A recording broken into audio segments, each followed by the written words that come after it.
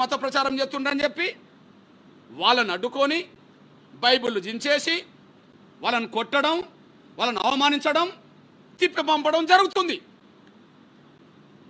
ఒక పేద దళిత క్రైస్తవులు వాళ్ళకు కార్లుంటే సైకిల్ మీద ఎందుకు పోతారు? వాళ్ళకు 2 వీలర్లు ఉంటే సైకిల్ మీద ఎందుకు పోతారు? మోటార్ సైకిల్ ఉంటే. ఒక పేద దళిత క్రైస్తవులకు సంబంధించిన వాళ్ళను వేధిస్తున్నారు. ఈ రాష్ట్రం నుంచి దేశంలో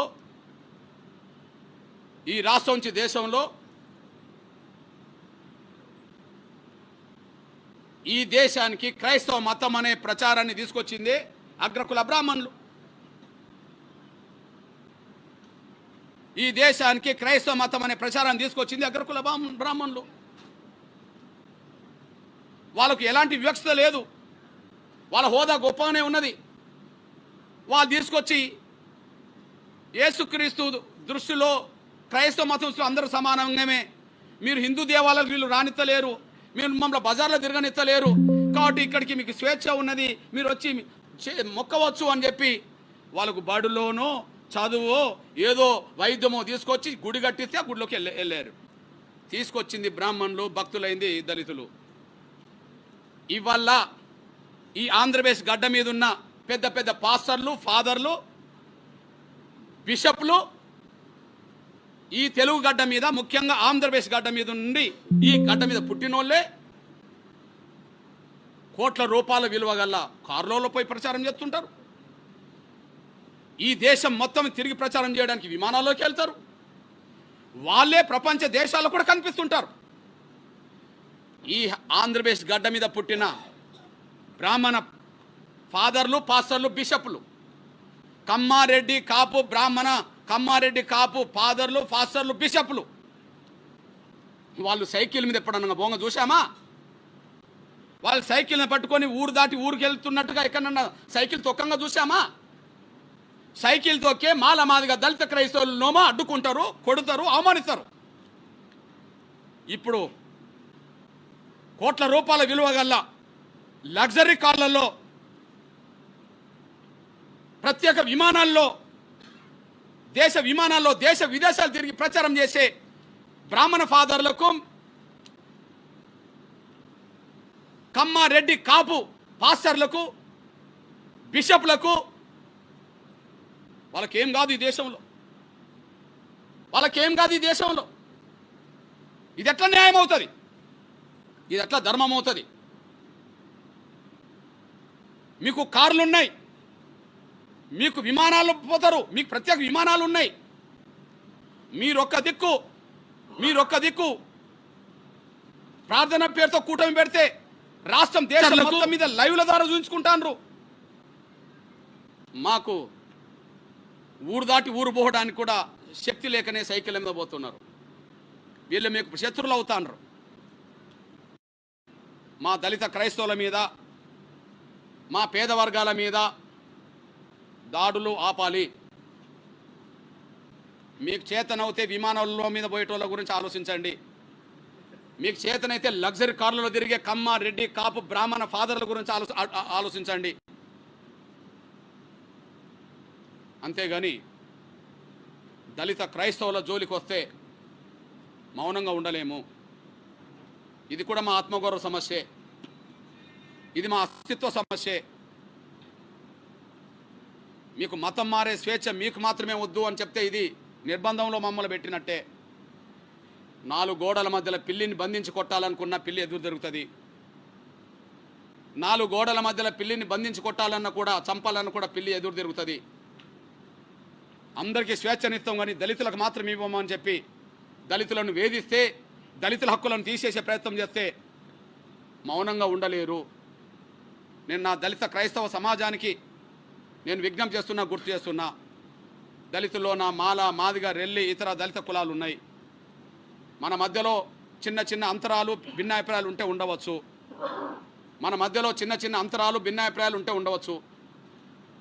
కొన్ని అంశాల మీద, కొన్ని సమస్యల మీద మనకు విభేదాలు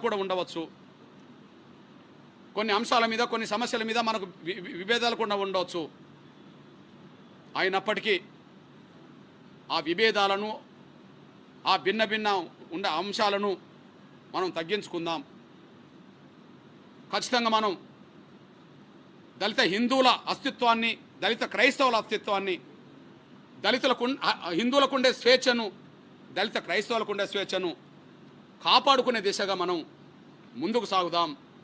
ఖచ్చితంగా ఇట్లాంటి దుర్మార్గమైన చర్యల్ని తిప్పికొట్టే విషయంలో అందరం కలిసి అన్నదమ్ముల్లాగా మనం ముందుకు సాగుదాం.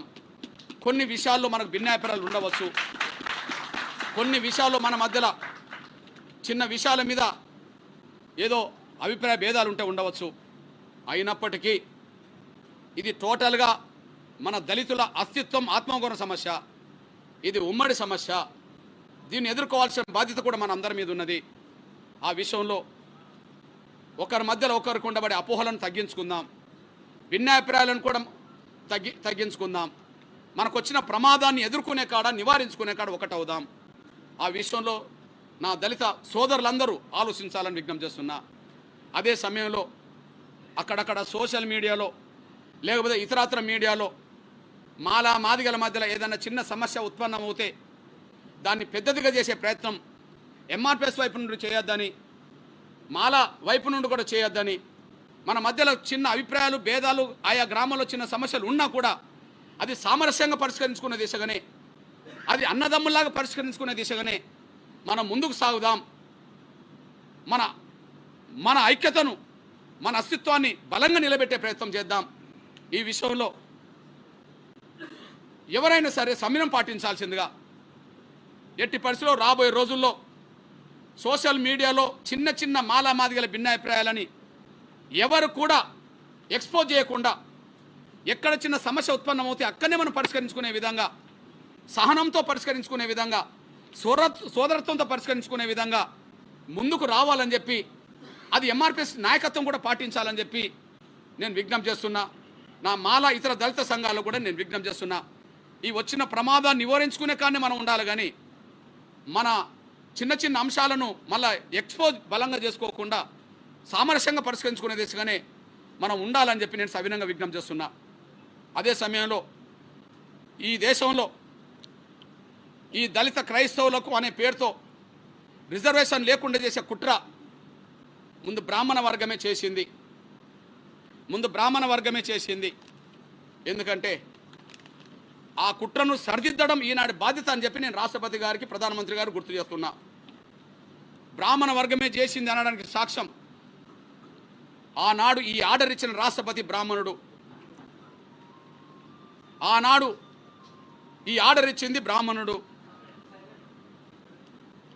పరోక్షంగా ప్రత్యక్షంగా ఆర్డర్ రావడానికి కోఆపరేట్ చేసింది ఆనాడు ప్రధానమంత్రి నెహ్రూ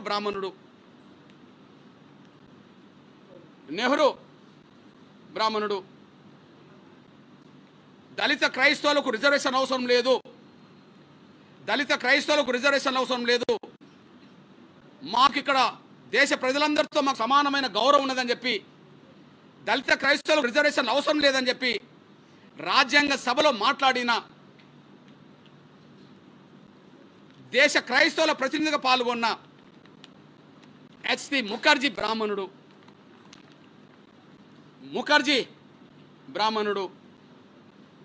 ఆ తర్వాత వల్లభాయ్ పటేల్ ఉండవచ్చు, ఇంకా చాలామంది ఉండవచ్చు. ఆనాడు మాకు అవసరం లేదు, మాకు రిజర్వేషన్లు అవసరం లేదని చెప్పి రాజ్యాంగ సభలో ఏది అల్పసంఖ్య వర్గాలకు ఏం అవసరమని చెప్తున్న సభలో మాట్లాడిన, క్రైస్తవుల తరఫున మాట్లాడిన నలుగురు కూడా అగ్రకులస్తులే. అందులో దానికి చైర్మన్గా ఉన్న వ్యక్తి కూడా ఈ ఎస్సి ముఖర్జీ చైర్మన్ బ్రాహ్మణుడే.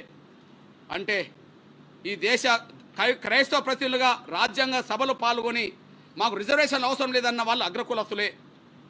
అదే సమయంలో రాష్ట్రపతి ఆనాడు అగ్రకులస్తుడు బ్రాహ్మణే, అదే సమయంలో ఆనాడు ప్రధానమంత్రి బ్రాహ్మణే, మాకు అవసరం లేదన్న క్రైస్తవ ప్రతినిధి కూడా బ్రాహ్మణే.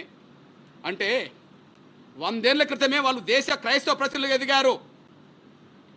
100 ఏళ్ల క్రితమే వాళ్ళు దేశ క్రైస్తవ ప్రతినిధులుగా ఎదిగారు. 100 ఏళ్ల తర్వాత క్రైస్తవ భక్తులుగా ఆయా గ్రామంలో సైకిళ్ళు పట్టుకొని మాత్రం మా వాళ్ళు తిరుగుతున్నారు. 100 ఏళ్ల తర్వాత మా వాళ్ళు క్రైస్తవ భక్తులుగా సైకిళ్ళు పట్టుకొని బైబిల్ పట్టుకొని తిరుగుతున్నారు.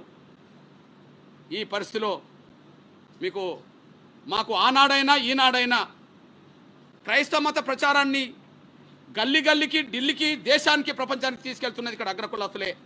కానీ బలవుతున్నది మాత్రం దళిత వర్గాలు అయిపోయినరు.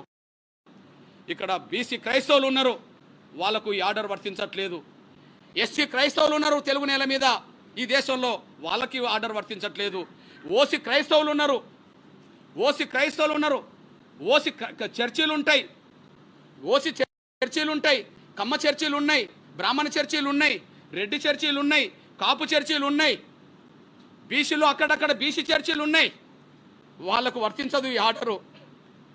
అప్పుడు బ్రాహ్మణులు చేసిన కుట్ర ఇప్పటికి కూడా అదే మాకు శాపంగా ఇప్పటికీ దళిత క్రైస్తవులకు అన్యాయం జరిగే పరిస్థితి వచ్చేసింది.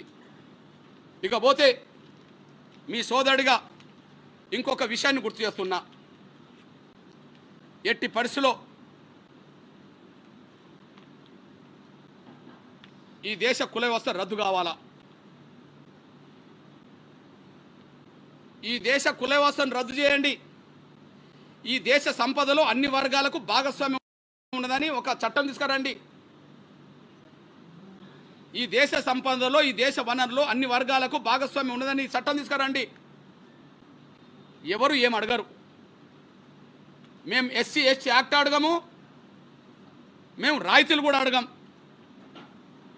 ఈ దేశ సంపదలో అందరికీ భాగస్వామ్యం ఉన్నది, దేశ వనరులో అందరికీ హక్కు ఉన్నది అని చెప్పి, ముఖ్యంగా పేదలందరికీ న్యాయం జరగడానికి తీసుకునే పథకాలని చెప్పి కుల వ్యవస్థను రద్దు చేయండి. ఈ సమస్యలన్నిటికీ పరిష్కారం జరుగుతుంది. ఎందుకు నేను ఈ మాట మాట్లాడుతున్నంటే, ఈ దేశ కుల వ్యవస్థను పెంచి పోషిస్తున్నది బ్రాహ్మణ వర్గమే. ఈ దేశ కుల వ్యవస్థను పెంచి పోషిస్తున్నది బ్రాహ్మణ వర్గమే. నేను ఈ మాట అంటే బ్రాహ్మణులందరిని అన్నట్టు కాదు. అందులో ఒక 10-20% ప్రజాస్వామిక దృక్పథం గల కుల వ్యవస్థ నిర్మూలన కావాలన్నా, అస్పృశ్యత పోవాలన్నా బ్రాహ్మణ పెద్దలు కూడా ఉన్నారు. వాళ్ళు వేళ్ల మీద లెక్క పెట్టే వాళ్ళు ఉన్నారు. కానీ మెజారిటీ బ్రాహ్మణ సమాజం ఈ దేశంలో కుల వ్యవస్థకు కారణం. ఈ దేశంలో కుల వ్యవస్థకు ప్రధాన కారణం. ఎందుకంటే నాకు తెలిసి ఈ కుల వ్యవస్థను ఈ దేశంలో రాముడు సృష్టించిండేమో అనుకునే వాళ్ళం, కృష్ణుడు సృష్టించిండేమో అనుకునే వాళ్ళం, ఇంకెవరన్నా సృష్టించడం అనుకునే వాళ్ళం. బహుశా ఈ కుల వ్యవస్థకు రాముడో కృష్ణుడో కారణమని మేము అనుకోవట్లేదు. ఈ కుల వ్యవస్థకు, కుల అసమానతలకు, ఈ కుల వ్యవస్థకు, అస్పృశ్యతకు పెంచింది పోషిస్తున్నది బ్రాహ్మణ వ్యవస్థ. పెంచింది పోషిస్తున్నది బ్రాహ్మణ వ్యవస్థ. ముందు కుల వ్యవస్థను రద్దు చేయాల్సిన బాధ్యత ఉన్నది. కుల వ్యవస్థను రద్దు చేయాల్సిన బాధ్యత ఉన్నది. కారణం ఏంటంటే, కుల వ్యవస్థలో అగ్రగణ్య హోదా ఎవరు పెట్టుకున్నారు? ఈ దేశ కుల వ్యవస్థలో అగ్ర పీఠం ఎవరు పెట్టుకున్నారు? బ్రాహ్మణులే పెట్టుకున్నారు. ఇతరుల కంటే తక్కువ పెట్టుకున్నారా? ఈ కుల వ్యవస్థలో అగ్రహోదా వాళ్ళదే కదా. బ్రాహ్మణ, క్షత్రియ, వైశ్య, శూద్ర, ఇంకా పోతే పంచమ, ఇప్పుడు దళితులు అంటారని వాళ్ళు, అంతే కదా. అంటే అగ్రకుల హోదా ఎవరు పెట్టుకున్నారు? వాళ్ళే పెట్టుకున్నారు. నాకు తెలిసి కుల వ్యవస్థ ఈ దేశంలో వేలునుకోవడానికి, కుల వ్యవస్థ ఈరోజు విజృంభించడానికి, ఈ దేశంలో అసమానతలు పెరగడానికి, భారతీయుల మధ్యలో అనైక్యత లేకుండా చేయడానికి కుల వ్యవస్థే కారణం. భారతీయుల మధ్యలో అనైక్యతలు ఉండడానికి కుల వ్యవస్థే కారణం. దీనికి బ్రాహ్మణులే కారణం. దీనికి బ్రాహ్మణ వ్యవస్థే కారణం, బ్రాహ్మణులే కారణం. 10-20%కు నా మాట వర్తించదు. అందులో కుల నిర్మూలన జరగాలని మేధావులు, ప్రజాస్వామికవాదులు ఉన్నారు, గొప్ప గొప్ప వాళ్ళు ఉన్నారు. కానీ వాళ్ళు దీనికి అనుకూలమైన మెజారిటీ బ్రాహ్మణ వ్యవస్థ ఈ కుల వ్యవస్థను పెంచి పోషిస్తున్నది. వాళ్ళు ఎప్పుడు బాధితులు గారు, అందరి దగ్గర వాళ్ళే ఉంటారు. ఈ దేశానికి ముస్లిం రాజులు వచ్చిన రాజుల పరిపాలనలో కేంద్ర బిందుగా వాళ్ళకు కేంద్ర బిందుగా వాళ్ళ దగ్గర అధికారాలు చెలాయించింది బ్రాహ్మణులే. ఈ దేశానికి క్రైస్తవ మతం వచ్చిన బ్రిటిష్ ఇండియా ప్రభుత్వంలో అన్ని వ్యవస్థలను ప్రభావితం చేసింది బ్రాహ్మణులే. హిందూ రాజులు పరిపాలించిన దేశంలో ఆ రాజుల దగ్గర ఎక్కువ లబ్ధి పొందింది బ్రాహ్మణులే. కాబట్టిగానే చివరి నిమిషంలో కొంతమంది రాజులు ఆలోచించిండ్రు, బ్రిటిష్ ప్రభుత్వం కూడా ఆలోచించింది.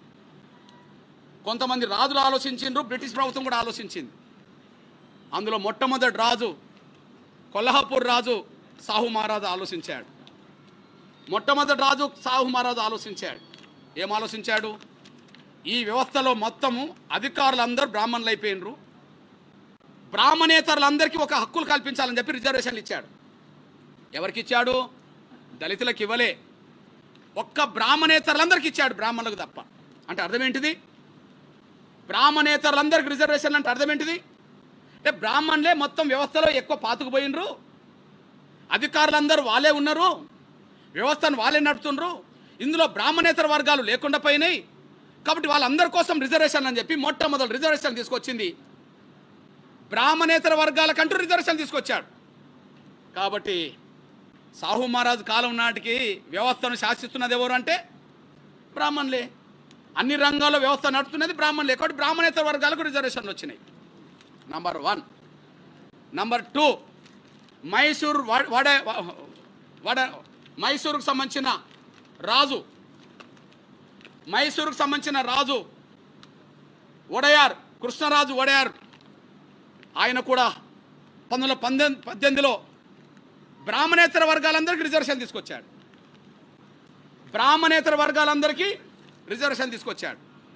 ఆ బ్రాహ్మణేతర వర్గాలందరికీ రిజర్వేషన్ తీసుకొచ్చిన కాలంలో ఆ వడయార్ రాజు దగ్గర దివాన్గా పనిచేస్తున్నది మన మోక్షగుండం విశ్వేశ్వరయ్య. ఆయన బ్రాహ్మణుడు. రాజు దగ్గర దివాన్ ఎవరు?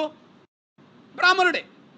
కానీ ఆ వడయార్ అనే మన రాజు బ్రాహ్మణేతర వర్గాలకు రిజర్వేషన్ కల్పించే నిర్ణయం తీసుకున్నప్పుడు ఒక కమిటీ ఏర్పాటు చేస్తే ఆ కమిటీ వద్దు, బ్రాహ్మణేతర వర్గాలకు రిజర్వేషన్లు వద్దని చెప్పి దివాన్ పదవికే బ్రాహ్మణుడు రాజీనామా చేశాడు. అంటే రిజర్వేషన్లు అంటే వీళ్ళకి ఎంత గిట్టదో, రిజర్వేషన్లు అంటే వాళ్ళకి ఎందుకు గిట్టదో సాక్ష్యం కనిపించింది. 1918లోనే మైసూర్ రాజు దగ్గర దివాన్ మన ప్రకాశం జిల్లా వ్యక్తే. అక్కడికి పోయి రాజు దగ్గర దివాన్గా పనిచేస్తున్నాడు. ఆ దివాన్గా పనిచేస్తున్న అతను బ్రాహ్మణేతర వర్గాలకు రిజర్వేషన్లు వద్దని చెప్పి రాజీనామా చేసి బయటకు వచ్చేసాడు. అంటే బ్రాహ్మణేతర వర్గాలకే మైసూర్ రాజు ఎందుకు ఇవ్వాలి, బ్రాహ్మణులకి ఇవ్వచ్చు కదా. అంటే వ్యవస్థ అంతా వాళ్ళే ఉన్నారు కాబట్టి, మిగతా వర్గాలు లేరు కాబట్టి వాళ్ళకి ఇచ్చే ప్రయత్నం చేశారు. మూడోది బ్రిటిష్ ఇండియాలో మద్రాసు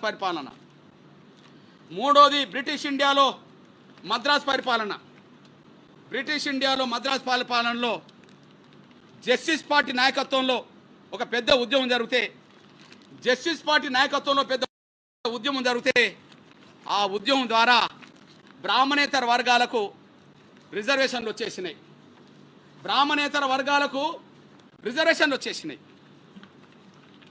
ఇప్పుడు మీ దృష్టికి తీసుకొస్తున్నా, స్వాతంత్రం కంటే ముందే 2 రాజ్యాల్లో ఒక ప్రభుత్వంలో రిజర్వేషన్లు వచ్చినాయి. ఎవరికి వచ్చినాయి? మద్రాస్ పాలనలో బ్రాహ్మణేతర వర్గాలంటే మన కమ్మ వాళ్ళు, మన రెడ్డి, మన వైశ్య, అదే సమయంలో మన కాపులు కూడా ఉన్నారు. ఆనాడు వచ్చిన రిజర్వేషన్ల ఫలాలే ఈనాడు కమ్మ, రెడ్డి, బ్రాహ్మణేతర వర్గాలు కొంత ఆర్థికంగా రాజకీయంగా ఎదగడానికి దారితీసింది. వాళ్ళ పరిపాలనలో భాగస్వాములయ్యారు. మైసూర్ రాజు బ్రాహ్మణేతర వర్గాలకు రిజర్వేషన్లు ఇస్తే వక్కలిగా కాళింగా లాంటి వాళ్ళు అక్కడ ఒక రాజ్యాన్ని పరిపాలించే కాడికి వాళ్ళు వచ్చేసారు. అదే సమయంలో బ్రాహ్మణేతర వర్గాలకు అక్కడ రిజర్వేషన్లు ఇవ్వడం వల్లనే మహారాష్ట్రలో మరాఠీలు, మరాఠవాడలు వాళ్ళు రోడ్డు మీదకి వచ్చేసారు. అంటే కొన్ని వేల సంవత్సరాలుగా బ్రాహ్మణుల ఆధిపత్యమే, అది హిందూ రాజుల దగ్గరైనా, అదే సమయంలో వాళ్ళు ముస్లిం రాజులైనా, వాళ్ళు బ్రిటిష్ ఇండియా పాలనలైనా మొత్తం బ్రాహ్మణుల పెత్తనమే, బ్రాహ్మణుల ఆధిపత్యమే. కాబట్టి ఆ బ్రాహ్మణుల ఆధిపత్యాన్ని ఎవరైనా ఛాలెంజ్ చేస్తే దాన్ని తట్టుకోకుండా ఇబ్బంది పెట్టిన రోజులు కూడా స్పష్టంగా కనిపిస్తున్నాయి. ఈ నేపథ్యంలో మీ బిడ్డగా, మీ పేద వర్గాల బిడ్డగా ఇంకొక విషయాన్ని గుర్తు చేస్తున్నా. నేను అంటున్నా, బ్రాహ్మణులే కుల వ్యవస్థకు ప్రధాన కారకులు. కుల వ్యవస్థ నిర్మూలనలో కలిసి వచ్చేటోళ్ళతో కలిసి పనిచేస్తాం.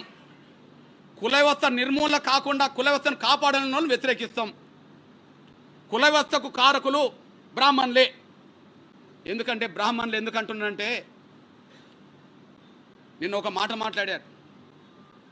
మనము యేసుక్రీస్తుని నమ్ముకున్న వాళ్ళు యేసుక్రీస్తును పూజిస్తారు, ప్రవక్తను నమ్ముకున్న వాళ్ళు ప్రవక్తను పూజిస్తాం, వెంకటేశ్వర స్వామి నమ్ముకున్న వాళ్ళు, రాముని నమ్ముకున్న వాళ్ళు, కృష్ణుని నమ్ముకున్న వాళ్ళు మనం పూజిస్తాం. కానీ ఇక్కడ బ్రాహ్మణులు అట్లా కాదు. మనం అనుకుంటున్న దేవుళ్ళనే శాసిస్తారు వాళ్ళు. మనం అనుకుంటున్న దేవుళ్ళనే శాసిస్తామని చెప్తారు. అందుకు సాక్ష్యం దేవుళ్ళు గొప్ప, బ్రాహ్మణులు గొప్ప అంటే బ్రాహ్మణులే గొప్ప అని చెప్పి వాళ్ళే చెప్పుకుంటారు. వాళ్ళు ఎంత దూరం పోయినో చూడండి. ఇక దళితులను చిన్న చూపు చూడడం పెద్ద సమస్య ఏమవుతుంది? బీసీలను, బ్రాహ్మణేతర వర్గాలను లెక్క చేయకుండా పోవడానికి పెద్ద సమస్య అవుతుంది. వాళ్ళకు బ్రాహ్మణులకు దేవుళ్ళు కూడా లెక్క కాదు. అందుకు సాక్ష్యం ఈ మధ్యకాలంలో ఒక ప్రెస్ మీట్ పెట్టిన ఒక బ్రాహ్మణ పెద్ద ఆయన, ఒక ఆయన ఏం మాట్లాడిండో ఒకసారి వినండి.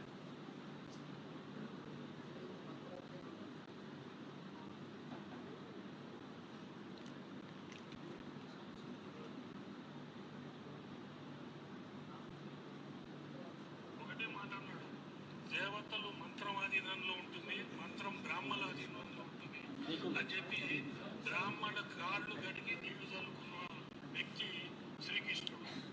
అటువంటి గౌరవం మళ్ళీ దయచేసి వినాలి, మీరు దయచేసి వినాలి. ఎవరు నమ్ముకున్న దేవుని మనం పూజిస్తాం, కానీ మనం నమ్ముకున్న దేవుళ్ళని వాళ్ళు ఏమంటారు వినండి. అని చెప్పి బ్రాహ్మణులు మంత్రం ఆధీనంలో ఉంటుంది, మంత్రం బ్రాహ్మణ ఆధీనంలో ఉంటుంది అని చెప్పి బ్రాహ్మణ కాళ్ళు గడిగి నీళ్లు చల్లుకున్న వ్యక్తి శ్రీకృష్ణుడు. ఇప్పుడు చెప్పండి, మనం పూజించే దేవుళ్ళను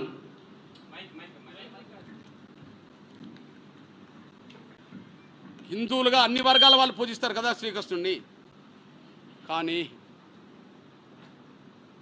మంత్రం ఆధీనంలో దేవుళ్ళుంటే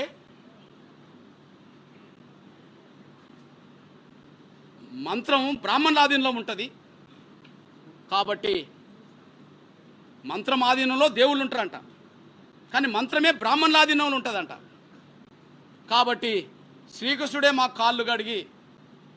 కాళ్ళు గడిగిన నీళ్లను నెత్తిన పోసుకున్నాడనే మాట బ్రాహ్మణులు అంటే వాళ్ళ అహంకారం ఏ స్థాయికి ఎదిగిందో చూడండి. వాళ్ళు దేవుళ్ళే, మనం అనుకునే దేవుళ్ళే వాళ్ళ కాళ్ళు గడిగి నెత్తిన పోసుకుంటారంట నీళ్లను. ఇక దళితులు అంటే వాళ్ళకి ఏం లెక్క? బీసీలు అంటే, బ్రాహ్మణేతర వర్గాలంటే ఇంక వాళ్ళకి ఏం లెక్క చెప్పండి? ఇది సాక్ష్యం. ఇక్కడ మీ దృష్టికి తీసుకొస్తున్నా. ఇక్కడ రాముడి తప్పని మేము అనం, కానీ కొన్ని సందర్భాల్లో బ్రాహ్మణులే రాముడి ద్వారా శంభుకుని చంపించారు. ఆనాడు రాజధర్మం ప్రకారం గంట, ఆనాడు రాజధర్మం పరంగా ఎవరు చంపించారు? ఒక బ్రాహ్మణ వ్యక్తి కొడుకుకు శంభుకుడు పాము కుట్టి చనిపోతే రాజ్యం మీద ఉండబడే రాముడి దగ్గరికి వెళ్ళి బ్రాహ్మణుడిపై, అయ్యా నీ దేశంలో, మన రామరాజ్యంలో, మన అయోధ్య రాజ్యంలో ఏదో మహాపాపం జరుగుతుంది, మన ధర్మాన్ని ఎవరో ఉల్లంఘిస్తున్నారు, దానివల్ల నా కొడుకు పాము కుట్టి చనిపోయిండు, ఆ ధర్మాన్ని కాపాడాలంటే ఎవరు ధర్మాన్ని ఉల్లంఘిస్తుండ్రో వాళ్ళని శిక్షించండి అని చెప్పి రాముడి దగ్గరికి వెళితే ఆ రాముడు శంభుకుని వధించిన చరిత్ర ఉన్నది. ఎవరు చెప్తే రాముడు సంహరించిండు? ఎవరు చెప్తే సంహరించిండు? చదువుతున్న శంభుకుని వధ. ఎవరు చెప్తే సంహరించిండు? చదువుతున్న శంభుకుని వధ. ఇది రాముడు వాల్మీకి రామాయణంలో ఉంటుంది. శంభుకుని వధ చదువుతున్నా. రాముని పాలనలో రామరాజ్యంలో ఒక బ్రాహ్మణుడి కుమారుడు అకాల మరణం చెందుతాడు. తన బిడ్డ మరణానికి రాజ్యంలో జరుగుతున్న ఏదో అధర్మమే కారణమని ఆ బ్రాహ్మణుడు రామసభలో వాపోతాడు. అకాల మరణాలు సంభవించకూడదంటే ఎక్కడో ఒక చోట ధర్మ విరుద్ధమైన కార్యక్రమం జరుగుతుందని నారదాముని రాముడికి వివరిస్తారు. శంభుకుని తపస్సు, ఆ ధర్మం ఏమిటో తెలుసుకోవడానికి రాముడు దేశవ్యాప్తంగా వెతుకుతుండగా దక్షిణ దిశలో ఒక సరస్సు దగ్గర ఒక వ్యక్తి తలకిందులుగా తపస్సు చేస్తూ కనిపిస్తాడు. రాముడు అతడిని సమీపించి, నువ్వు ఎవరు, ఎందుకు ఈ కఠిన తపస్సు చేస్తున్నావు అని అడుగుతాడు. అప్పుడు ఆ వ్యక్తి, నేను శంభుకుణ్ణి, శూద్రుణ్ణి, స్వర్గానికి వెళ్ళాలనే కోరికతో ఈ తపస్సు చేస్తున్నా అని చెప్తాడు. అప్పుడు ఆ కాలంలో వర్ణధర్మాల ప్రకారం శూద్రులు కఠినమైన తపస్సు చేయడం శాస్త్ర విరుద్ధం భావించబడేది. త్రేతాయుగం ధర్మ ప్రకారంగా శంభుకుడు చేస్తున్న ఈ అధర్మ తపస్సు వలని బ్రాహ్మణ బాలుడు మరణించాడని భావించి రాముడు శంభుకుని తల తీసేస్తాడు, శంభుకుని చంపేస్తాడు. ఈ ధర్మాన్ని సృష్టించింది ఎవరు? ఆ త్రేతాయుగంలో అట్లాంటి ధర్మాన్ని సృష్టించింది ఎవరు? బ్రాహ్మణులేగా. ఒక సామాన్య బ్రాహ్మణుడి బిడ్డకు ఒక సామాన్య బ్రాహ్మణుడి కొడుకు పాము గుట్టి చచ్చిపోతే అది తపస్సు చేస్తున్న ఒక ఒక ఒక బలహీన వర్గాలకు సంబంధించిన ఒక శూద్రుడు అనబడుతున్న ఒక శంభుకుడు తపస్సు చేస్తుంటే ఆ తపస్సు జ్ఞానం అనుకుందాం. 1000 సంవత్సరాల క్రితమే జ్ఞానాన్ని సమకూర్చుకునే ప్రయత్నం చేసిన శంభుకుడు చంపబడ్డాడు కదా. ఆ చంపడానికి కారకుడు ఎవరో చెప్పండి? బ్రాహ్మణులే కదా. ఆ నియమాలు చెప్పింది ఎవరు? ఆ నియమాలు రాసింది ఎవరు? బ్రాహ్మణులే కదా. బ్రాహ్మణుల నియమాలు కదా రాజు అమలు చేయాల్సింది. రాముడు అమలు చేసిండు కదా. ఎవరిని ఎవరు చంపించారు అంటే మీకు పోటీ రాకుండా జ్ఞానం మీ చేతిలో ఉండాలి. తపస్సు మీరే చేయాలి, మీరే రాజ్యాలను నడిపించాలి, ఏదైనా మీరే చేయాలి, ఇంకెవరు మేల్కోవద్దని చెప్పడం కోసమే కదా శంభుకుని చంపించింది ఆ రోజు. మీ పాపాలే కదా ఇది. రెండో విషయం, రామాయణంలో అది చూసాం కదా శంభుకుని వధ. మహాభారతంలో ఏం చూస్తున్నాం? మహాభారతంలో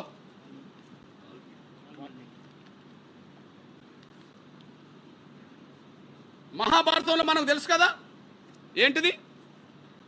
విలువిద్య నేర్చుకున్నది ఎవరు? ఏకలవ్యుడు కదా. విలువిద్య నేర్చుకున్నది ఎవరు? ఏకలవ్యుడు. అడవిలో నేర్చుకుంటాడు కదా. ద్రోణాచార్యుడు అనే ఒక బ్రాహ్మణ గురువు దగ్గరికి వెళ్తే, నువ్వు ఒక ఆదివాసి, ఒక గిరిజనుడివి, నీకు నేను నేర్పనంటే ఆయన లేకపోయినా ఆయన నేర్చుకుంటాడు కదా. ఆ విలువిద్యలో అర్జునుడి కంటే మించిపోతాడని గమనించారు కదా. అర్జునుడి కంటే మించిపోతాడని గమనించిన తర్వాత అదే ద్రోణుడు పాండవులను నింబడి పెట్టుకొని వచ్చి ఏకలవ్యుడి దగ్గరికి వస్తే ఏకలవ్యుడు గౌరవంతో ద్రోణాచార్యుడికి నమస్కారం పెడతాడు కదా. నువ్వు నమస్కారం పెడితే చాలదు, నువ్వు విలువిద్య ఎట్లా నేర్చుకున్నంటే నువ్వు లేకపోయినా నీ పేరుతో నేర్చుకున్నావు అని చెప్తాడు కదా. అయితే మరి గురువును నువ్వు గౌరవిస్తున్నావు కాబట్టి గురుదక్షిణ ఇవ్వాలి కదా అని అడుగుతాడు కదా. గురుదక్షిణ ఇవ్వడానికి ఏకలవ్యుడు సిద్ధపడతాడు కదా. ఆ సిద్ధపడ్డ సమయంలో ఏకలవ్యుడు అనే నా గిరిజన ఆయన బొటన వేలు ఇస్తాడు కదా. ఆ బొటన వేలు ఇవ్వడం అంటే విలు చూసి కొట్టడానికి అవకాశం లేకుండా చేస్తాడు కదా. అంటే ఒక ఆదివాసీ గిరిజన ఒక ఏకలవ్యుడనే నా ఎరకల ఆ విలువిద్యకారునికి విలువిద్య దూరం చేసింది ఎవరు? ఎవరికి పోటేస్తారని చెప్పి దూరం చేసిండు. ఎవరు దూరం చేసిండు? ద్రోణాచార్యుడు కదా. ద్రోణాచార్యుడు ఎవరు? బ్రాహ్మణుడే కదా. ఆ స్టోరీ ఎట్లున్నది? ఆ స్టోరీ ఎట్లున్నది మీ దృష్టికి తీసుకొస్తున్నాను. అటవిక రాజైన దయచేసి వినండి బ్రదర్, లేట్ అయిన పర్లే, మీకు అంశాలన్నీ మీ దృష్టికి తీసుకొస్తున్నా ప్లీజ్. ఏకలవ్య అటవిక రాజైన హిరణ్యధనుని కొడుకు ఏకలవ్యుడు. విలువిద్య పిపాసలో అతడు ఒక ద్రోణ దగ్గరికి వెళ్ళాడు, కానీ ద్రోణుడు తిరస్కరించాడు. ఏకలవ్యుడు ద్రోణుడి ప్రతిరూపం పెట్టుకొని విలువిద్య నేర్చుకుంటాడు. ఒకరోజు ఆ జాగిలాల మొగుల సాధనలో ఉన్న ఏకలవ్యుని అటకం కలిగించాయి. అప్పుడు కొన్ని జాగిలాలు పాండవులతో ఎంబడిపోతున్న మొరుగుతే వాటిని బాణాలు ఇస్తుతాడు. అప్పుడు చూడండి, అందువల్ల ఏకలవ్యుడు తన కంటపడిన వేట కుక్క నుదుటి మీద నుదుటి మీద 7 బాణాలతో ఏకకాలంలో నాటేశాడు. పెద్ద గాయం కాకుండా, ప్రాణహాని కాకుండా ఊరికే కుక్కను తరిమేసేలా నాటాయి అవి. చూడు ఎంత నేర్పరో. ఆ బాణాలకు భయపడిన కుక్క రాజకుమారుల చెంతకు వచ్చింది. అప్పుడు అక్కడ ఉండబడే కౌరవ పాండవులందరూ కలిసి ఆయన దగ్గరికి వెళ్ళాడు. అర్జునుడు గురువును ఏకకాలంలో కలిసి, గురుదేవా, నన్ను మించే విలుకాడు లేకుండా చేస్తానని మీరు నాకు వాగ్దానం చేశారు. కానీ ఏకలవ్యుడు నన్ను మించిపోతున్నాడు. అతడు మీ శిష్యుడేనని కూడా చెప్పాడు. ఆయన మనసులో మాట బయటపెట్టాడు. వెంటనే ద్రోణాచార్యుడు అర్జునుడిని వెంటబేర్చుకొని ఏకలవ్యుడి దగ్గరికి వెళ్తాడు. ద్రోణుడి చూసి ఏకలవ్యుడు ఎంతగానో గౌరవించాడు. అనంతర సంభాషణలో ద్రోణుడు, నేను నీ గురువుని చెప్పుకోగానే సరిపోదు, తగిన గురుదక్షిణ ఇవ్వాలని అన్నాడు. ఏం అడిగినా ఇస్తానన్నాడు అతను. అప్పుడు నీ కుడిచేలు బొత్తన వేలు కోరాడు ద్రోణుడు. తక్షణమే కోసిచ్చాడు ఏకలవ్యుడు. అంతటితో అతడి పని అయిపోయింది, నశించిపోయింది విద్య. అప్పుడు అది గుర్తించిన అర్జునుడు గురుదేవుడికి వేణులా నమస్కారం పెడతాడు అతను. ఇది చూడండి, రాముడి కాలంలో శంభూకుని చంపినప్పుడు ఆ శంభూకుని చనిపోయిన తర్వాత దేవదేవతలట రాముడి మీద పూలు చల్లుతాయట. దేవదేవతలు చూడండి, చూడవు ఏమంటారు చూడండి. శంభుకి మీద జరిగిన వెంటనే ఆకాశం నుంచి దేవతలు పుష్ప సృష్టి కురిపిస్తారు. అకాల మరణం చెందిన బ్రాహ్మణుడు తిరిగి బతుకుతాడు. అంటే మమ్మల్ని చంపితే దేవుళ్ళు పూలు చల్లుతారు, మమ్మల్ని చంపితే మళ్ళీ చచ్చిపోయిన వాళ్ళు కూడా బతుకుతారు. ఇక్కడో మా విలువిద్యను దూరం చేస్తారు. రామాయణంలో శంభుకుని చంపించింది వీళ్ళే, మహాభారతంలో ఏకలవ్యుడి బొటనవేలును లాక్కున్నది వీళ్ళే. ఎక్కడ పోటీ లేకుండా చేశారు. ఇప్పుడుండబడే బ్రాహ్మణ సమాజానికి ఎవరు ఆదర్శమో చెప్పాలంటే మీకు ఆదర్శం కావాల్సింది రామానుజాచార్యులు. మీకు ఆదర్శం కావాల్సిన రామానుజాచార్యులు, ద్రోణాచార్యులు కాదు. మీకు ఆదర్శం కావాల్సింది రామానుజాచార్యులు కానీ ద్రోణాచార్యులు కాదు. రామానుజాచార్యులు బ్రాహ్మణుల దగ్గర ఏ విద్య ఉన్నదో, ఏ మంత్రాలు ఉన్నాయో, ఏ ఉపదేశాలు ఉన్నాయో వాటన్నిటినీ సమాజానికి పంచాల్సిందే అని చెప్పి అందరికీ సమాజం పంచే కాడ ఎవరున్నారు? రామానుజాచార్యులు ఉన్నారు. ఆ రామానుజాచార్యుల గురించి గొప్పగా ప్రధానమంత్రి గారు మాట్లాడుతాడు ఒక మాట, మన గౌరవ నరేంద్ర మోడీ గారు. సమాజంలో భేదాలు సృష్టించి మనుషులను వేరు చేసే ఏ మతాన్నైనా సాంప్రదాయాన్నైనా పరంపర అయినా సరే రామానుజులు వ్యతిరేకించేవారు. అటువంటి వ్యవస్థను ధ్వంసం చేయడానికి, మార్పు తేవడానికి తన శక్తిని మొత్తం దారపోశాడు. ఏ వ్యవస్థను? అసమానతలు సృష్టించే వ్యవస్థను ధ్వంసం చేయడానికి రామానుజాచార్యులు ముందుకొచ్చిండు అని చెప్పాడు. మనకు ఆదర్శం కావాల్సింది ఎవరు? బ్రాహ్మణ సమాజానికి ఆదర్శం కావాల్సింది ఎవరు? ఈయన బ్రాహ్మణుడే. కానీ ఏళ్ల మీద లెక్కపెట్టే బ్రాహ్మణ పెద్దలోమో సమాజాన్ని, అసమానత లేని వ్యవస్థను కోరుకున్నారు. కానీ 80% బ్రాహ్మణులు మాత్రం ఈ వ్యవస్థ ఇలా ఉండాలి, అందరూ మా కాళ్ళ కూడా ఉండాలి అని చెప్పి వీళ్ళు కోరుకుంటున్నారు. మేము రామానుజాచార్యులను గౌరవిస్తాం, ద్రోణాచార్యులను వ్యతిరేకిస్తాం. మేము రామానుజాచార్యులను గౌరవిస్తాం, మేము ద్రోణాచార్యులను వ్యతిరేకిస్తాం. మీ దృష్టికి తీసుకొస్తున్నా, ఈ విషయంలో మా డాక్టర్ బాబాసాహెబ్ అంబేద్కర్ కూడా, బాబాసాహెబ్ అంబేద్కర్ ఆయన రాసిన దాంట్లో స్పష్టంగా ఉన్నది, హిందూ ధర్మంలో ఎవరైనా సమతా దిశలో గొప్ప కార్యక్రమాలు సక్రమంగా నిర్వర్తించారంటే వారు సంత రామానుజాచార్యులే అని చెప్పేశాడు. ప్రధానమంత్రి నరేంద్ర మోడీ గారు ఆయననే గుర్తు చేసిండు, మా డాక్టర్ బాబాసాహెబ్ అంబేద్కర్ ఆయనే గుర్తు చేశాడు. అంటే మా అంబేద్కర్ ఎవరిని గౌరవించిండు? సమతా సమాజాన్ని కోరుకునే బ్రాహ్మణులను గౌరవించాడు. నరేంద్ర మోడీ గారు ఎవరు గౌరవించిండు? వివక్షత లేని సమాజాన్ని కోరుకునే బ్రాహ్మణులను గౌరవించాడు. మేము ఎవరిని కోరుకుంటాం? రామానుజాచార్యులను మేము కోరుకుంటాం, ద్రోణాచార్యులను వెంటబడతాం. రామానుజాచార్యులను మేము కోరుకుంటాం, గౌరవిస్తాం. ద్రోణాచార్య వారసులను వెంటబడతాం. ఇందులో ఉపేక్షించే ప్రసక్తి ఎక్కడ ఉండదనే విషయం కూడా మేము స్పష్టం చేస్తున్నాం. ఈ విషయంలో నేను కుల వ్యవస్థ రద్దు గురించి ఎందుకు మాట్లాడుతున్నా? ఈ దేశంలో కుల వ్యవస్థ రద్దు నేను ఒక్కరిని కోరట్లా. ఈ కుల వ్యవస్థ వల్లనే ఈ దేశంలో వేల కులాల మధ్యలో సాంఘిక సమానత్వం లేకుండా పోయింది. భారతీయులందరూ 140 కోట్ల పైగా దాటిపోయినరు. కానీ 140 కోట్ల మంది మేము భారతీయులం అనుకంటే మా కులం ఇదని చెప్పుకుంటారు. ఈ దేశంలో భారతీయుల కంటే మా కులం ఇదని చెప్పుకుంటాను. అందుకు మీకు సాక్ష్యం చెప్తున్నా. ఈ దేశంలో వేల కులాలు ఉన్నాయి. ఆ వేల కులాలు భారతీయులమనే స్పృహ కంటే మా కులం ఇదని చెప్పుకునే ప్రయత్నమే చేస్తున్నారు. కుల వ్యవస్థ ఉండడం వల్ల అందరు కులాలు చెప్పుకున్నట్టుగా నేను చెప్పుకోవాల్సి వస్తుంది. కుల వ్యవస్థ పోతే ఎవరు చెప్పుకోరు, నేను చెప్పుకోను. కుల వ్యవస్థ తీసేయాలంటున్నాం. ఎందుకు? కుల వ్యవస్థ ఉండాలని కోరుకునే వాళ్ళలో అగ్రగణ్యులు బ్రాహ్మణులే. కుల వ్యవస్థ పోవాలనే వాళ్ళలో ముందు వరుసలు ఉండేటోళ్ళు దళితులే. ఎందుకంటే కుల వ్యవస్థలో అగ్రకుల హోదా పొందుతున్నది, గౌరవాన్ని పొందుతున్నది, అవకాశాలు పొందుతున్నది బ్రాహ్మణులు. ఈ కుల వ్యవస్థలో అత్యంత అవమానాలు పడ్డది, పశువుల కంటే హీనంగా చూడబడేది దళితులు. కాబట్టి కుల వ్యవస్థ నిర్మూలం కావాలి, కుల వ్యవస్థ రద్దు కావాలని కోరుకునే కాడ దళితులుగా మేము ముందు వరుసలు నిలబడతాం. మా అంబేద్కర్ కోరుకున్నది అదే, మేము కోరుకుంటున్నది అదే. మా అంబేద్కర్ మాటల్ని లెక్క చేయలేదు కాబట్టి ఆయన మతం మార్చుకోవాల్సి వచ్చేసింది. హిందూ మతం నుంచి బౌద్ధ మతంలో చేరాల్సి వచ్చింది. ఒక స్టేట్మెంట్ వినిపిస్తా మా అంబేద్కర్ జీవిత చరిత్రలో.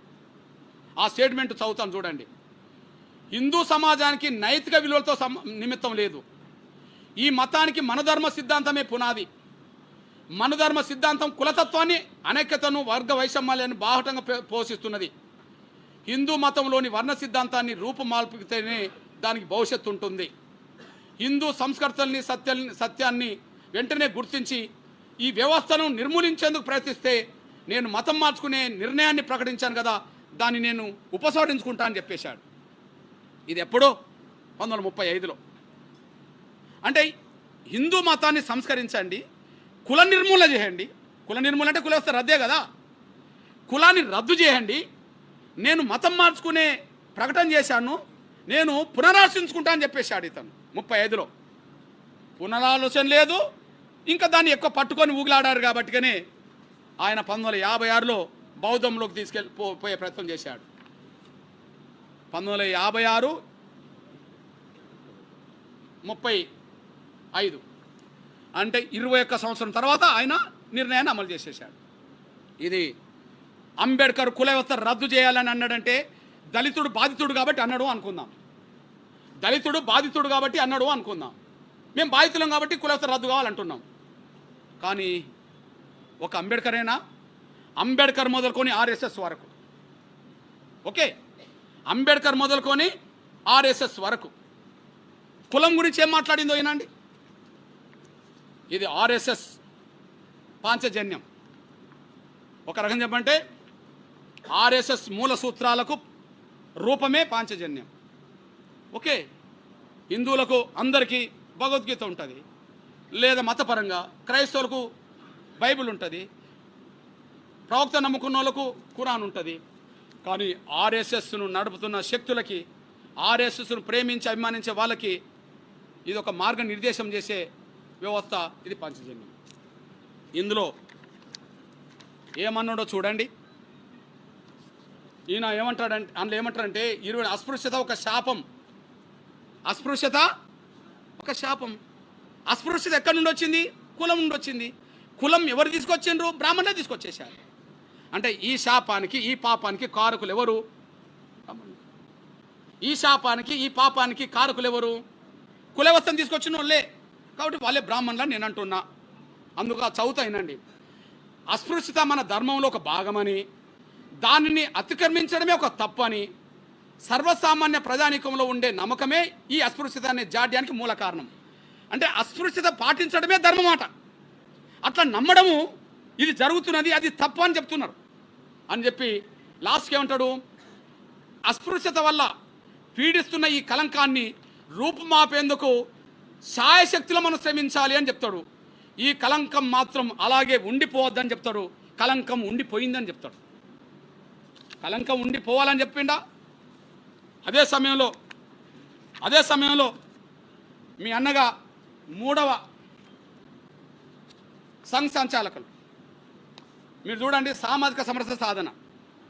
నేను అంబేద్కర్ నుంచి ఆర్ఎస్ఎస్ వరకు చెప్తున్నా. నేను అంబేద్కర్ నుంచి ఆర్ఎస్ఎస్ వరకు చెప్తున్నా. ఇప్పుడు ఆర్ఎస్ఎస్ మూల సిద్ధాంత గ్రంథంలో 3వ వ్యక్తి బాబాసాహెబ్ దేవరస్. బాబాసాహెబ్ దేవరస్ ఈయన గొప్పగా ఏం మాట్లాడతాడో ఒకసారి వినిపిస్తా చూడండి. ఈ విషయంలో తప్పంతా విదేశీయులదని చెప్పి మనం మన బాధ్యత నుండి తప్పించుకోలేము. ఈ విషయంలో తప్పంతా చెప్తాడు చూడండి. మన పతనానికి క్రైస్తవులను ముస్లింలో నిందించి మన బాధ్యత లేదని తప్పుకోలేము. మన తప్పిదాల నుంచి కూడా ఒకసారి పునరాలోచన చేయాలి అని స్పష్టంగా చెప్పేవారు.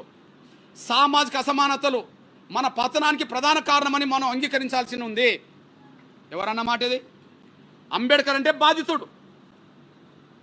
మరి గౌరవ్ దేవరాస్ గారు ఎవరు? బ్రాహ్మణ్. బాధితుడు కుల నిర్మూలన కావాలన్నాడు. బాధితులం కనుక మరి కుల వ్యవస్థ సృష్టికర్తలు అనబడుతున్న బ్రాహ్మణ్ నుంచి ఎదిగిన మేధావులు ఏమన్నారు? సామాజిక అసమానతలు మన పతనానికే కారణమని చెప్పి అంగీకరించాల్సి ఉంది. వర్ణ భేదములు, కుల భేదములు, అస్పృశ్యత మన సాంఘిక అసమానతలకు ప్రధాన సాక్ష్యాలు. సాంఘిక అసమానతలకు ప్రధాన సాక్ష్యాలు. ఇవి నిర్మూలించాలని చెప్పి వాళ్ళు కోరుకున్నారు. అంబేద్కర్ నుంచి మొదలుకుంటే ఆర్ఎస్ఎస్ వరకు, పంచజన్య అంబేద్కర్ మొదలుకొని ఆర్ఎస్ఎస్ వరకు కోరుకున్న దాంట్లో ఎవరెవరు ఈ నిర్మూల కావాలని కోరుకున్నారు చూడండి. పెట్టినోళ్ళు కాకుండా అస్పృశ్యత అనే జాడ్యానికి మూల కారణం మతపరమైన ఇట్టి వికృత భావం. ఏ భావం? మతపరమైన. ఏ మతం? ఇంక వాళ్ళే చెప్పాలి.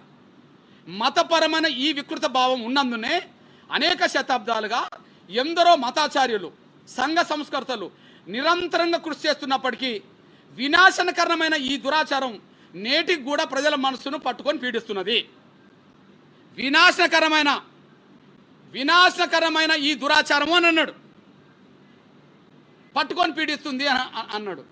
గురునానక్, రామానుజాచార్యులు, బసవేశ్వరుడు, శంకరదేవుడు, స్వామి దయానందులు, నారాయణ గురు, గాంధీజీ, వీర సావర్కర్ మొదలైన వారెందరో హిందూ సమాజాన్ని పట్టి పీడిస్తున్న ఈ కలంకాన్ని మాపేందుకు శాయశక్తిలో శ్రమించారు. కానీ ఈ కలంకం మాత్రం అలాగే ఉండిపోయింది అని అన్నారు. ఉండిపోయిందని తొలగించుకోవాలన్నా వద్దా? ఉండిపోయిందని తొలగించుకోవాలన్నా వద్దా? తొలగించుకోవాలి కదా. తొలగించుకోవాలంటే ఇప్పుడు ఏం చేయాలి? ఈ దేశ కుల వ్యవస్థకు కారకులు ఎవరు? బ్రాహ్మణ సమాజమే. బ్రాహ్మణ సమాజంలో కొంతమంది పెద్దలు కూడా ఈ కుల వ్యవస్థ వల్లనే ఈ అసమానతలను చెప్పేశారు. మిగిలిన బ్రాహ్మణ సమాజం ఏం చేయాలా? ఈ కుల వ్యవస్థ రద్దు కోసం ముందుకు రావాలి. అదే సమయంలో కేంద్ర ప్రభుత్వం కూడా ఆలోచించాలి, రాష్ట్రపతి కూడా ఆలోచించాలి. నేను ఎందుకు మాట్లాడుతున్నా? ఆర్డర్ను రద్దు చేసుకోమని ఎందుకన్నానంటే ఆనాడు ఈ ఆర్డర్ను తీసుకొచ్చింది రాష్ట్రపతి బ్రాహ్మణుడు. ఆనాడు ప్రధానమంత్రి హోదాలో ఉన్న వ్యక్తి నెహ్రూ బ్రాహ్మణుడు. ఆనాడు దేశ క్రైస్తవ ప్రతినిధిగా పాల్గొన్న ముఖర్జీ బ్రాహ్మణుడు. కాబట్టి ఎవరికి లేని వివక్ష మా మీదకి వచ్చేసింది. ఈనాడు రాష్ట్రపతి గిరిజనురాలు కదా, ఆదివాసీ బిడ్డ కదా. ఆదివాసీ బిడ్డ ఒడిశా నుండి వచ్చింది కదా. ఒడిశాలో గిరిజనులు హిందువులు ఉన్నారు, క్రైస్తవులు ఉన్నారు కదా. ఒడిశాలో గిరిజనులు, ఆదివాసులు, హిందువులు ఉన్నారు, క్రైస్తవులు ఉన్నారు కదా. ఇప్పుడు దేశానికి ప్రధానమంత్రి ఎవరు? గౌరవ నరేంద్ర మోడీ గారు. ఒక ఓబీసీ రిజర్వేషన్లు ఇక్కడ ముస్లింలకు అమలు జరుగుతున్నాయి కదా. ఓబీసీలకు ఇక్కడ క్రైస్తవులైన కూడా రిజర్వేషన్లు అమలు జరుగుతున్నాయి కదా. ఓబీసీలకు హిందువులైన అమలు జరుగుతున్నాయి కదా. ఓబీసీ ప్రధానమంత్రి ఉండగా ఓబీసీ రిజర్వేషన్లు ముస్లింలకు అమలు చేస్తూ ఇక్కడ క్రైస్తవులకు అమలు చేస్తూ ఒక దళితులకు మాత్రమే అమలు జరగద్దని చెప్పి ఏదైతే ఆర్డర్ ఉన్నదో ఆర్డర్ను సరిచేయడం బాధ్యత కదా. ఈ నేపథ్యంలో విజ్ఞప్తి చేస్తున్నా నేను. జ్ఞానం ఎవరి సొత్తు కాదు.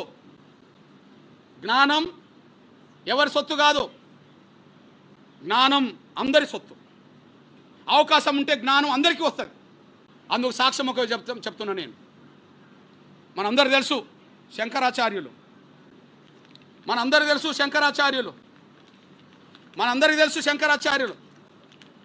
ఆదిశంకరాచార్యులు ఒకరోజు గంగా నదిలో స్నానం చేసి రోడ్డు మీద వస్తుంటే కులహీనులు అనే చండాలుడు ఒకరు ఎదురవుతారు, 4 కుక్కలు పట్టుకొని. కులహీనులు అనే చండాలు ఎదురవుతారు. ఎదురైనప్పుడు ఆదిశంకరుడు అనబడుతున్న బ్రాహ్మణుడు చండాల్ని పట్టుకొని ఏమంటాడు, నువ్వు దారికి ఎదురుగా వచ్చావు, నువ్వు పక్కకు తొలుగు అంటాడు. దాన్ని అన్నట్టు అర్థమైంది, దళితులు అనే చండాలు రోడ్డు మీద నడిచే స్వేచ్ఛ లేదనే కదా, ఇక గుళ్ళకు వచ్చే స్వేచ్ఛ ఎక్కడిచ్చే వీళ్ళు. అప్పుడు మా చండాలుడు ఒక ప్రశ్నిస్తాడు, ఎవరిని? శంకర్నే ప్రశ్నిస్తాడు. సంఘటన వారణాసిలోని గంగానది నుండి తిరిగి వస్తుండగా శంకరుడు 4 కుక్కలతో నడుస్తున్న ఒక చండాలను కలిశాడు. అభ్యర్థన సాంప్రదాయ ఆచార పవిత్రను పాటిస్తూ శంకరుడు చండాలతో నువ్వు తొలగిపో అంటాడు. ఎదురుగా వస్తున్నాడు కదా, నువ్వు తొలగిపో అంటాడు. అప్పుడు చండాలుడు ఆదిశంకరుని ఏమంటాడో చూడండి. గంభీరమైన ప్రశ్న. చండాలుడు ఏమంటాడంటే ఇలా అడిగాడు శంకరుణ్ణి, నీవు శరీరం కదలాన్ని కోరుకుంటున్నావా లేక నా ఆత్మ కదలాన్ని కోరుకుంటున్నావా అన్నాడు. నువ్వు నా శరీరం కదలాన్ని కోరుకుంటున్నావా నా ఆత్మ కదలాన్ని కోరుకుంటున్నావా అని ఒక ప్రశ్న వేశాడు. రెండోది, నువ్వు గంగా నదిలోంచి వస్తున్నావు కదా, ఆ గంగా నది జలాల్లో సూర్య ప్రతిబింబానికి చండాలుడి కుటీరం పక్కన ఉండబడే మా కుటీరం పక్కన ఉండే ప్రవహించే నీటిలోని సూర్య ప్రతిబింబానికి ఏమైనా తేడా ఉన్నదా అని అడిగాడు. అంటే గంగా నదిలో సూర్యబింబం ఉంటుంది, మా ఇంటి పక్క కూడా నీటిలో సూర్యబింబం ఉంటుంది, ఏమన్నా తేడా గమనించావా అని అంటాడు. అంటే అప్పుడు జ్ఞానోదయం ఎవరికైంది?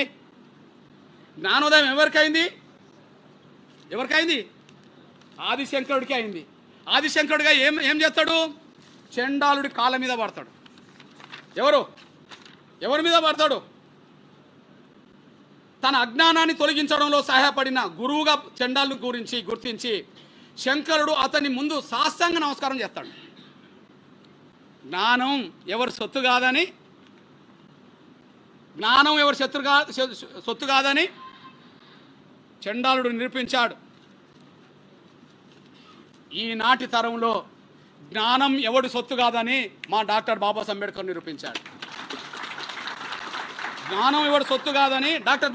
నిరూపించాడు.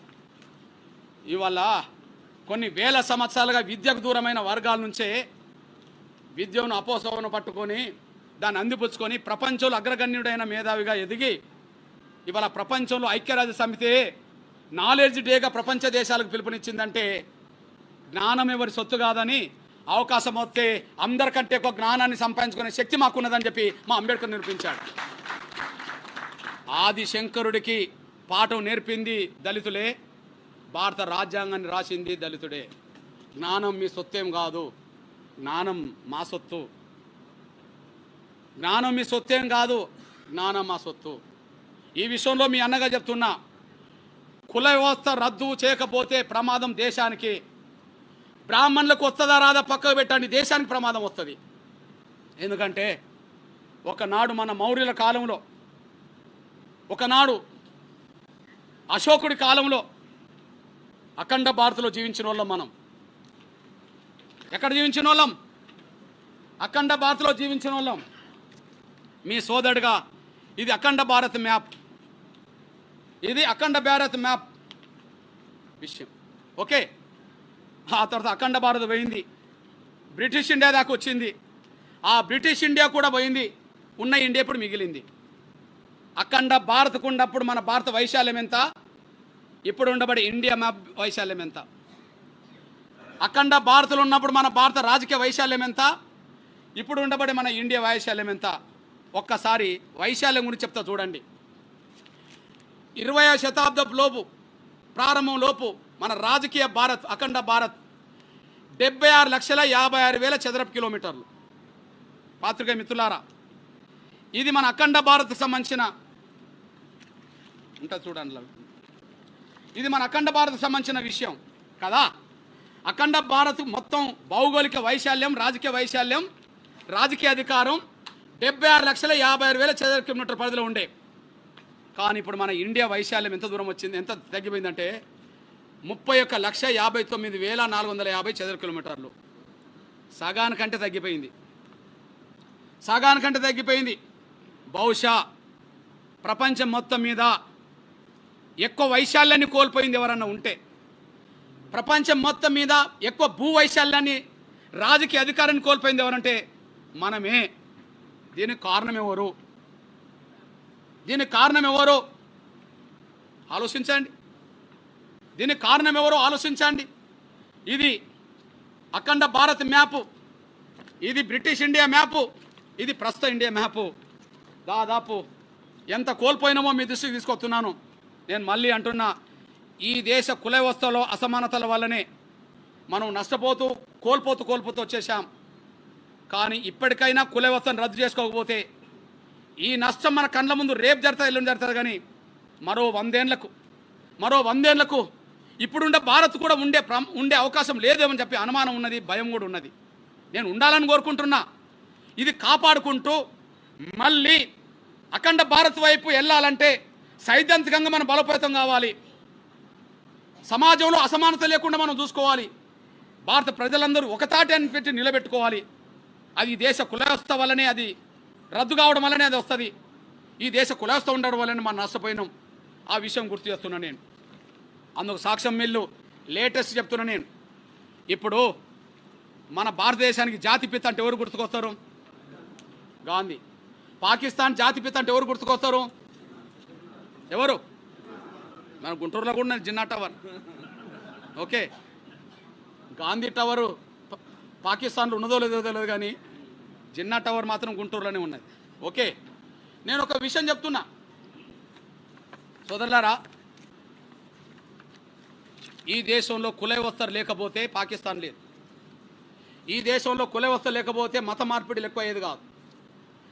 కుల వ్యవస్థ, దాని రూపంగా వచ్చిన అసమానతలు, దాని రూపంగా వచ్చిన అస్పృశ్యత మత మార్పిడులకు ఎక్కువ దారి తీసింది. మన లోపాన్ని సరి చేసుకోవాలా, మన లోపాన్ని సరి చేసుకోవాలి. అందుకో సాక్ష్యం చెప్తున్నా చూడండి. పాకిస్తాన్ జాతిపిత ఎవరు? మహమ్మద్ అలీ. అరే మహమ్మద్ అలీ ఎప్పుడు ముస్లిం అయిండు? మహమ్మద్ అలీ ఎప్పుడు ముస్లిం అయిండు? మీ సోదరుడు చెప్తున్నా, మహమ్మద్ అలీ కుటుంబ వారసత్వం చరిత్ర ఉన్నది. మహమ్మద్ అలీ జిన్నా పూర్వీకుల చరిత్ర, జిల్లా పూర్వీకుల చరిత్ర చాలామందికి తెలియని ఆసక్తికరమైన విషయం. ఆయన మూలాలు హిందూ ధర్మంలో ఉన్నాయి. ఆయన ఎవరు? ఇక్కడ భారతీయుడే. హిందూ ధర్మంలో అంటే జిన్నా ఎవరు? భారతీయుడే. భారతీయుడే కానీ ఆయన ముస్లిం కాదు. భారతీయుడే కానీ ఆయన ముస్లిం కాదు. ఎట్లా ముస్లింలు ఏంటంటే వివక్షత వల్లనే ముస్లిం అయ్యిండు. సాక్ష్యం చెప్తున్నా చూడండి. కుటుంబ నేపథ్యం, జిన్నా తాతగారు పూంజాబాయి తక్కర్. వీరు గుజరాత్లోని కాతియావార్ ప్రాంతానికి చెందిన లోహానా అనే హిందూ వ్యాపార కులానికి చెందినవారు. హిందూ వ్యాపార కులానికి చెందినవారు. మత మార్పిడి ఎందుకు జరిగిందో చెప్తున్నాడు. జిన్నా తండ్రి జిన్నాబాయి పూంజా చేపల వ్యాపారం చేసేవాడు. ఏ వ్యాపారం? చేపల వ్యాపారం చేసేవారు. అయితే లోహన కులస్తులు శాకాహారులు కావడంతో ఈ బ్యాచ్ పెట్టింది. మళ్ళీ అది కూడా ఏది బ్రాహ్మణ బ్యాచ్ పెట్టింది. ఎవరు శాకాహారులు ఎట్లుండాలని చెప్పి. లోహన కులస్తులు శాకాహారులు కావడంతో చేపల వ్యాపారం చేస్తున్నందుకు వారిని కులం నుండి బహిష్కరించారు. అసలు కులం నుండి బహిష్కరించే సాంప్రదాయం ఎక్కడదే? ఈ ప్రపంచంలో లెక్కలేంది ఇక్కడ కులం ఉండడం వల్లనే. కులం నుంచి ఎవరిని బహిష్కరించారు? వాళ్ళ తండ్రిని బహిష్కరించారు. ఆయన ఏం చేసిండు? దీంతో మనస్తాపం చెందిన ఆయన కుటుంబం ఇస్లాం మతంలోకి, షియా విభాగంలోకి, శాఖలోకి మారింది. జిన్నా అనేది వారి తండ్రి పేరు. జిన్నా నుండి వచ్చింది. గుజరాత్లో జిన్నా అంటే చిన్నవాడు లేదా బక్కపలసిన వారు. వీళ్ళు ఎక్కడికి వెళ్ళాడంటే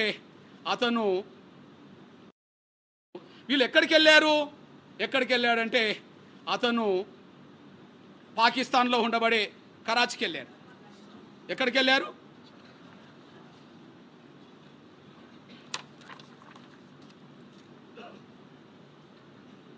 ఆయన ముంబైలో కూడా చదువుకున్నాడు. అంటే అక్కడికి వెళ్ళాడు. ఇప్పుడు అక్కడి నుంచి పాకిస్తాన్ జిందాబాద్ అన్నాడు, పాకిస్తాన్ సాధించి పెట్టాడు. ఈడ కుల వ్యవస్థ లేకపోతే ఆయన కులం నుంచి బహిష్కరించకపోతే వాళ్ళ తండ్రి మతం మారేది కాదు. వాళ్ళు ఇప్పుడు పాకిస్తాన్ భూభాగమైన కరాచీకి వెళ్ళేవాళ్ళు కాదు. అక్కడ షియా మతంలో చేరేవాడు కాదు. ఇక్కడన్నప్పుడే చేరాడు కదా. ఆయన పాకిస్తాన్ దేశం అనేది కావాలని కోరేవాడు కాదు. అంటే ఈ కుల వ్యవస్థ వల్ల ఉన్న భూభాగమే మన కన్న ముందు పోయింది కదా. కుల వ్యవస్థ లేకపోతే మత మార్పిడి లేవు కదా. మత మార్పిడి లేకపోతే జిన్నా లేడు కదా.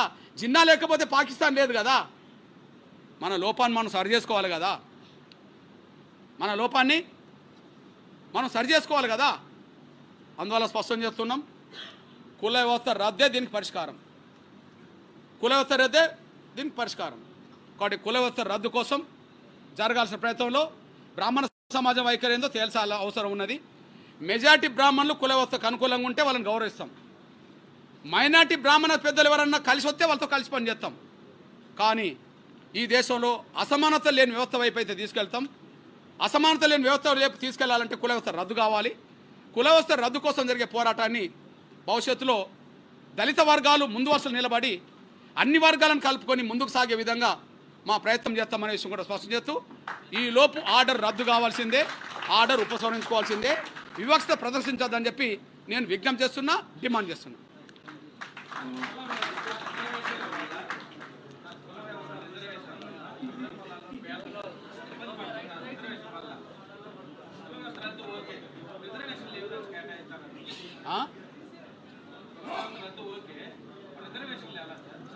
ఎవరికి నేనేమిటంటే కుల వ్యవస్థ రద్దు చేసి పేదలందరికీ అన్ని వ్యవస్థలో భాగస్వామ్యం ఉన్నదంటే ఎట్లుంటే అట్లా. కాబట్టి ఈ అసమానతల కారణం కుల వ్యవస్థే కదా. కుల వ్యవస్థ రద్దు అవుతే తర్వాత పరిణామాలు కదా. ఏదైతే అది కానివ్వండి, కుల వ్యవస్థ రద్దు కాదు.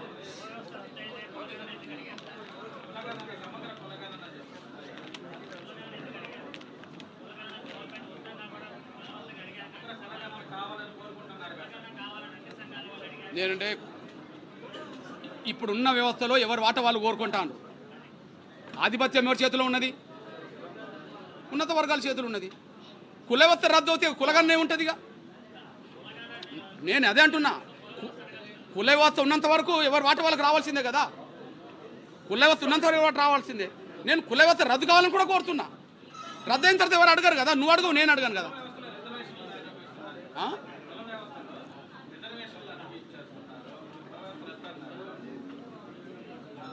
నాకు అర్థమైంది బ్రదర్. ఈ దేశ కుల వ్యవస్థలో బ్రాహ్మణేతర కులాలకే ఎందుకు రిజర్వేషన్లు వచ్చినాయి? ముందు ఆధిపత్యం అవకాశాలు వాళ్ళు తీసుకున్నారనే కదా.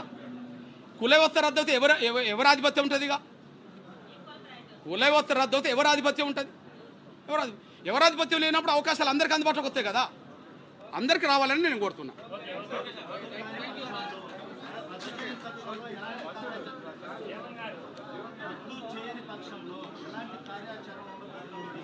ఖచ్చితంగా ఇది ఒక ప్రణాళిక వేసుకొని ముందుకెళ్ళేది. ప్రణాళిక వేసుకొని ముందుకెళ్ళి దళిత క్రైస్తవులతో మాట్లాడాలి, సంఘాలతో మాట్లాడాలి, మాలమాదిగలతో మాట్లాడాలి, అందరితో మాట్లాడాలి. ముందు ఆ ప్రయాణం కొనసాగిస్తాం.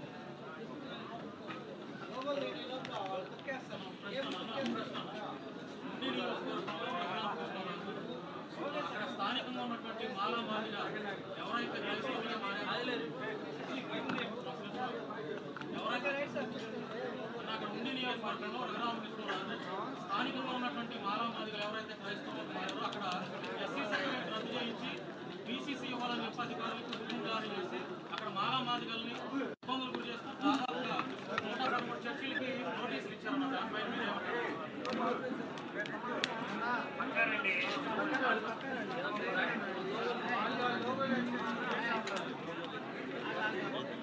ఇది ఉండి నేనంటే ప్లీజ్ ఉండి RRR విషయంలో కావచ్చు, లేదా విశాఖపట్నంలో జరిగిన మన డప్పు కొడుతున్న మన సోదరుడు మీద జరిగిన అయ్యన్న పాత్రుడు దాడి విషయంలో కావచ్చు, ప్రత్యక్షంగా అక్కడికి వచ్చి ఇన్వాల్వ్ అవుతాం ఏం జరగాలనే విషయం.